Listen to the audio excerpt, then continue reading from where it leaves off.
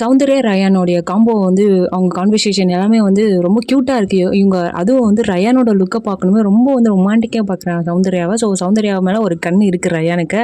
So இவங்களுக்குள்ள ஒரு love track போச்சுன்னா நல்லாயிருக்கும். BB8க்கு வந்து ஒரு ஒரு லவ் ட்ராக் வந்து கிடைச்ச மாதிரி இருக்கும். இந்த சீசனில் எந்த ஒரு லவ் ட்ராக்குமே போகல. இந்த விஷால் பையன் அப்பப்போ பண்ணுறான், ஆனால் பின்னாடி போயிட்டு சௌந்தர்யா வந்துட்டு கழுவி ஊதுறான்.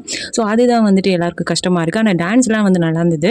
இந்த விஷாலை வந்து புரிஞ்சிக்கவே முடியல. அந்த பொண்ணை பற்றி நத்தா தப்பு தப்பாக பேசுகிறான், அப்புறம் போய் டான்ஸ் ஆடுறான், நல்லா பேசுகிறான். இப்போ நேற்று நைட்டு கூட வந்துட்டு யாரை பற்றி சொல்கிறாங்க அப்படின்னு வந்து சௌந்தர்யாவுக்கு தெரியாது, ஆனால் வந்து விஷாலுக்கு கண்டிப்பாக தெரியும். ஸோ சௌந்தர்யா பற்றி பேசினது தான் தப்பாக வெளியே போயிருக்கு அப்படின்றது தெரிஞ்சும் வந்து அவன் ரியலைஸ் பண்ண மாட்டான்றது தான் வந்து நிறைய பேரோட ஒரு வருத்தமாக இருக்குது. விஷால் வந்து சாரி சௌந்தர்யா அப்படின்னு வந்து கேட்டுட்டானா வாழை முடிச்சிடும். ஆனால் சௌந்தர்யா வந்துட்டு அப்படி என்னடா என்னை பற்றி பேசிட்ட அப்படின்னு கேட்டுருவாங்களான்ற பயமும் இருக்கு. ஆனால் வெளியே வந்ததுக்கப்புறம் கண்டிப்பாக வந்து சௌந்தர்யாவுக்கு வந்து தெரியதான் போகுது விஜய் விஷால் பேசினது. ஸோ அப்போ வந்து அவன் மூஞ்சி எங்கே வச்சுக்க போகிறான் அப்படின்றது தெரியல. ஆனால் அந்த பொண்ணுக்கிட்ட வந்துட்டு இதுக்கு இந்த மாதிரி பழகணும், அதுக்கு ஒதுங்கியே இருக்கலாம்ல அப்படின்றது தான். நேற்று கூட வந்து பப்ஸை பற்றி பேசிகிட்டு இருக்காங்க. அப்போ வந்து ஜாலியாக வந்துட்டு கேஷுவலாக வந்து சௌந்தர்யா கிட்ட பேசிக்கிட்டு தான் இருந்தான்.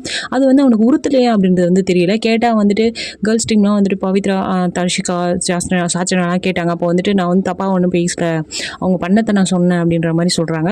எல்லாருக்குமே வந்து புரியல. முக்கியமாக சௌந்தர்யாக்கு எதை பற்றி பேசுகிறான்னு அவங்களுக்கு தெரிஞ்சுக்காது. அந்த சாரி மேட்டரை பற்றி தான் எதை பேசியிருப்பாங்களோ அப்படின்னு தான் நிறைய பேர் நினச்சிட்டு இருக்காங்க. வந்ததுக்கப்புறம் விஜய் விஷாலுக்கு கண்டிப்பாக இருக்குது.